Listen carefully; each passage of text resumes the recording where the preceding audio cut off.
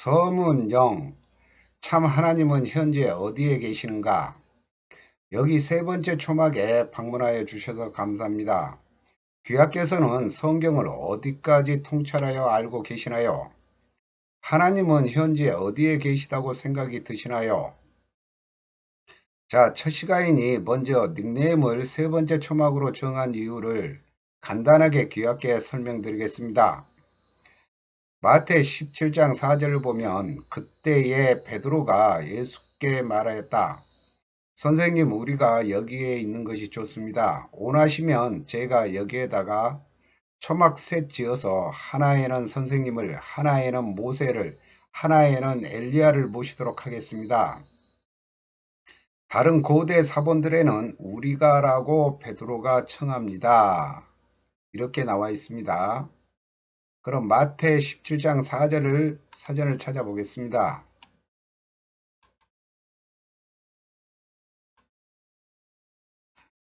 베드로가 말합니다. 초막 셋을 헬라어 4633 스케네, 천막, 장막, 초소라고 나오고 있습니다. 천막을 헬라어로 스케네, 천막, 장막, 초소라 하였는데 후에는 거처나 숙박소라는 일반적 의미로 사용되었다 하더라도 이 단어에는 무상함, 덧없음이라는 개념이 들어 있습니다. 그래서 고대 그리스 사상가 데모크리투스는 세상은 천막이며 인생은 지나가 버리는 것이다. 사람은 와서 보고 그리고 떠나간다라고 말했습니다.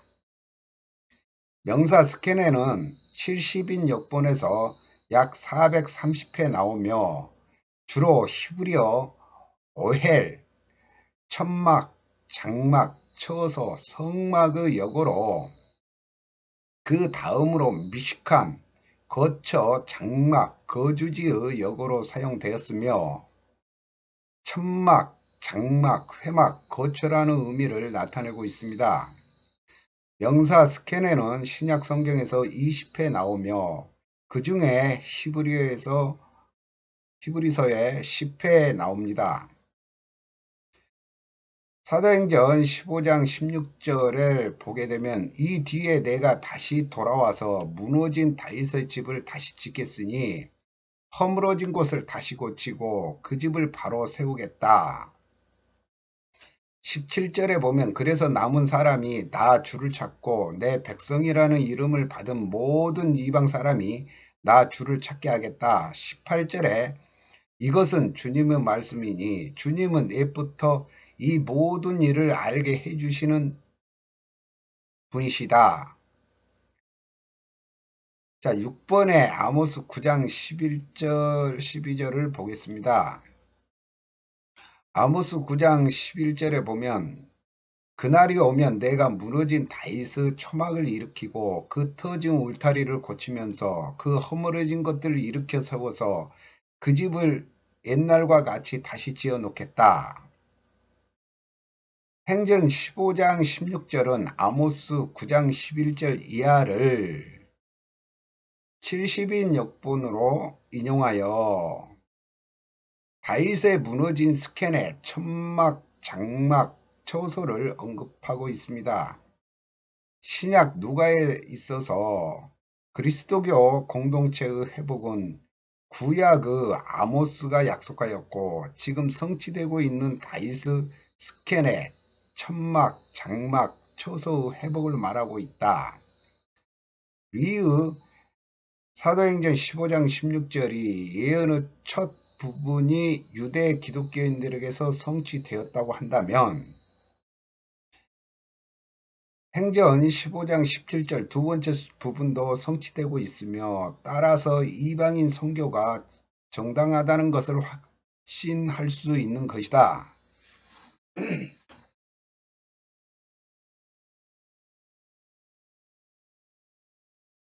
15장 16절과 17절 이 부분을 말하고 있습니다. 지금 계시록 11장 19절에서 하늘에 있는 하나님의 성전이라고 불리우는 것이 계시록 15장 5절에서 하늘의 증거 장막의 성전으로 묘사되고 있습니다. 그럼 현재 하늘의 증거 장막은 어디에 속할까요? 다윗의 무너진 스캔의 천막, 장막, 처소, 거처나 숙박하시는 곳이 어디일까요? 귀하께서 감이 잡히시나요? 하나님이 거하시는 처소 또는 증거 장막은 우리 육신이며 하나님 자신의 손으로 만든 성전에 영원히 거하시고 계시는 것을 의미합니다. 그런데 하나님의 초소가 현재도 무너져 있다는 것입니다. 그래서 이 초소를 수리 보수해야 하는 것입니다. 이 초소가 마귀들 소굴이 되어 있다는 것입니다. 그러니 이 마귀들이 기와 안에서 예배로 태워 없어져야 거룩해지는 것입니다. 어디에서요? 귀와 몸 안에서입니다. 초림 예수께서 오시기 전 모세 오경의 구속사로 보면 모세 성막은 뜰과 성소와 지성소로 나뉘어져 있었습니다. 뜰은 모세 오경의 전체적인 율법의 핵심인 첫 번째 초막을 의미할 수 있습니다. 뜰에서는 죄를 아는 제사자가 대속 제물인 염소를 데려오면 제사장이 안수하고 제사자가 대속 제물인 염소를 직접 잡아 각을 떠주면 이를 제사장이 번제단 위에 올려 태워 그 향을 야훼께 올리는 제의식을 주관하였던 장소가 뜰이었습니다. 신약책으로 말하자면 율법가인 바리새파와 사두개파들이 존재하고 있는 공간이 첫 번째 초막이라 할 수 있습니다. 두 번째 초막은 휘장 오른편에 진설병을 두는 떡상과 휘장 왼편에 금등대 그리고 휘장 바로 앞 가운데 분향단이 놓여 있었는데 제사장들이 매일 촛불과 떡과 향단을 관리하던 곳을 성소라 합니다. 신약에서는 초림 예수께서 오시기 전 회개 세례를 선포하며 초림 예수께서 앞으로 공생의 길을 걸어가실 그 길을 곱고 평탄케 하는 직무를 맡은 세례자 요한이 기거하며 회개 세례를 주었던 요르단강 남쪽이 두 번째 초막이라 할 수 있습니다. 세 번째 초막은 모세가 대제사장의 직분을 맡아 언약궤의 덮개 씌은 자에 하나님께서 임재하여 죄를 용서하고 은혜를 베풀어 주시는 장소로 대제사장 직분을 맡은 모세가 매일 대면하며 극진히 관리했던 곳이 지성소입니다. 신약에서는 마가 다락방 2층을 의미하며 초림 예수께서 갈릴리에서 시작하여 예루살렘의 골고다 언덕 십자가에서 마침표를 찍으시기 하루 전 예루살렘의 2층 마가 다락방에서 초림 예수께서 유월절의 만찬에서 제자들과 빵과 포도주를 마지막으로 나눈 곳이며 십자가에서 죽고 무덤에서 3일 만에 부활하신 후 세 번째로 제자들에게 방문하시어 생선 한 토막을 드셨던 곳이고 제자들과 40일을 함께 하셨으며 오순절에 승천하시며 성령을 뿌려주신 곳이며 승천 후 그리스도인들이 첫 집회를 열었던 장소이고 초림 예수께서 짧은 공생의 기간에 대제사장으로 머물렀던 곳이기도 합니다. 초림으로 보면 곧 2층으로 된 마가다락방이 지성소이며 세 번째 초막이라 할 수 있습니다. 이제는 전 인류 육신의 중심이 되는 곳에 뜰과 성소와 지성소가 하나로 통일되어 있습니다. 모세의 장막으로 보아 인간의 영적 성장을 세 부류로 나누어 말하고 있는데 뜰에서는 율법에 묶어 놓아야 할 부류와 성소에 있어야 할 부류와 지성소에 들어가야 할 부류로 나누고 있습니다. 이것을 세 개의 하늘로 구분하고 있습니다. 이걸 문자로만 보면 이 부분이 땅에 있는 어떠한 장소로 알아들을 수 있으나 땅에 존재하는 어떠한 장소로 보면 안 됩니다. 우리 육신으로 보면 첫 번째 뜰과 두 번째 성소와 세 번째 지성소인 마음 자리를 의미합니다. 지성소를 빼놓고는 율법은 위장이 위치한 배를 의미하며 또한 생명을 잉태하는 여성의 몸에 있는 자궁자리를 의미하기도 합니다. 인간은 각자의 사상에 따라 이 부분들이 귀하에게서 드러나게 되며 그 자리에서 의식주 삶을 이어가는 것입니다.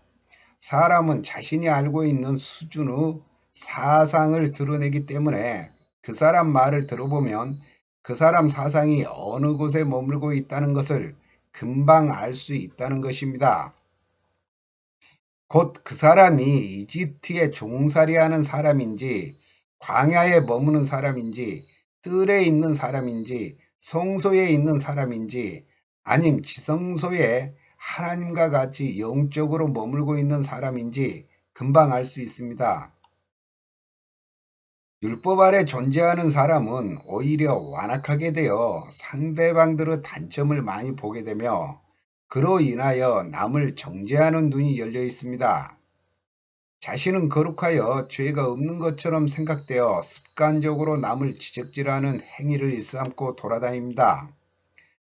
자격이 있는 선생님이 공부를 가르치면서 학생에게 책망하는 것하고 자격도 없는 사람이 율법화된 자신의 사상으로 괜히 남에게 지적질하는 것하고는 차원이 다릅니다. 이런 폐단이 있게 되는 요인은 율법 아래 존재하고 있는 종교인들에게서 심하게 두드러지게 나타납니다. 이런 사람들은 어줍지 않은 지식으로 자신이 율법 선생이 되어 상대방에게 율법의 잣대를 들이대며 비방하고 지적질하며 가르치려 하는 아주 못된 습관을 가지고 있습니다. 이런 사람들의 큰 폐단은 누군가가 자신의 잘못을 지적하면 화를 내고 분노하면서 상대를 싫어하며 자신을 뒤돌아보려 하지 않습니다. 이런 사람들은 율법의 우리에 스스로를 가둬놓고 있기 때문에 인간관계가 원만하지 않습니다. 즉 인간은 모두 자신이 배운 대로 뇌와 마음에 있는 사상을 드러내며 의식주를 해결하는 삶을 살아가고 있기 때문에 자신은 옳고 남은 바르지 못하다는 상념에 사로잡혀 시시때때로 고통 속에서 허덕이며 숨가쁘게 살아가는 사람들에 속합니다. 다음에 율법에 대하여 자세히 다루겠습니다. 이집트에 종살이하며 머물고 있을 때는 이미 어미 자궁에 10달 동안 잉태된 현 존재의 상태를 말합니다.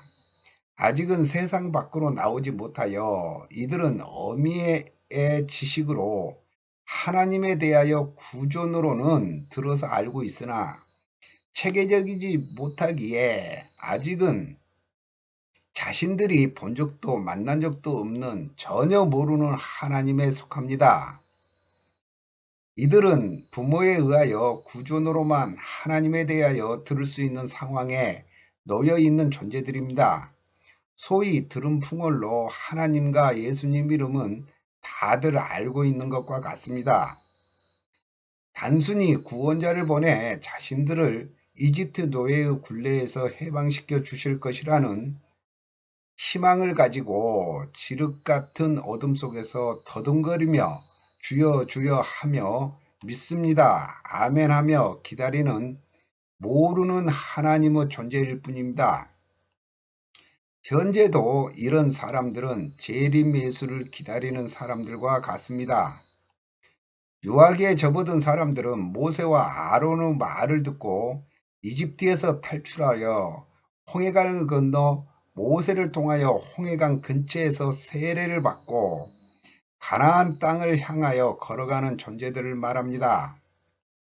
그러나 이들은 이집트에서 해방시켜 주신 하나님의 존재에 대하여 전혀 모르고 있기에 하나님 앞에서 무엇이 죄가 되는지도 제대로 인식하지 못합니다. 이집트의 사상으로 기존의 습관대로 말하고 행동합니다. 그래서 하나님은 아기와 같은 저들에게 모세를 통하여 주신 십계명을 인식시키게 합니다. 이유는 아기 같은 이들에게 무엇이 죄가 되는지를 알게끔 하기 위한 것입니다.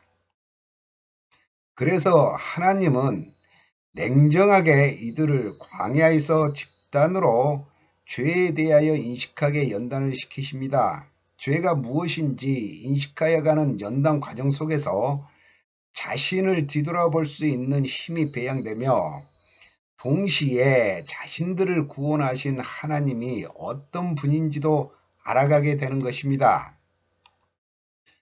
유아에 해당되는 자들은 어미 자궁에서 갓 태어나 곧 광야에서 십계명으로 죄가 무엇인지 인식하게 하는 연단을 받는 자들에 해당됩니다. 그러니 이들은 당연히 밝음과 어둠을 구분하지 못하고 영적인 부분은 생각지도 못하며 눈을 뜨고 있으나 아무것도 보지 못하는 소경에 불과합니다.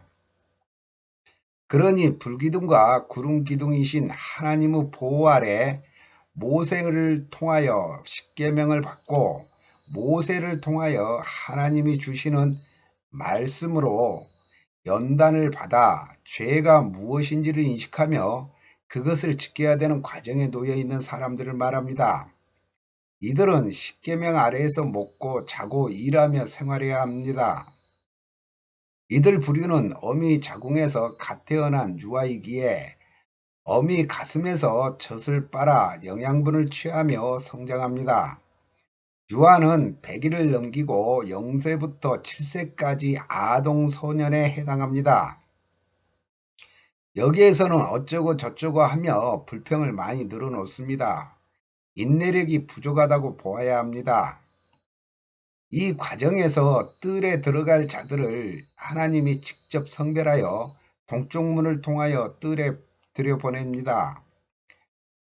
뜰에 들여보내진 자들은 하나님에 대하여 온전히 인식하지는 못하지만 십계명을 받아 몸에 지녀 죄가 무엇인지를 확실히 인식하는 자들로 자신의 죄를 인식하면 대속제물로 대신하여 속죄함의 의식을 치르는 자들입니다.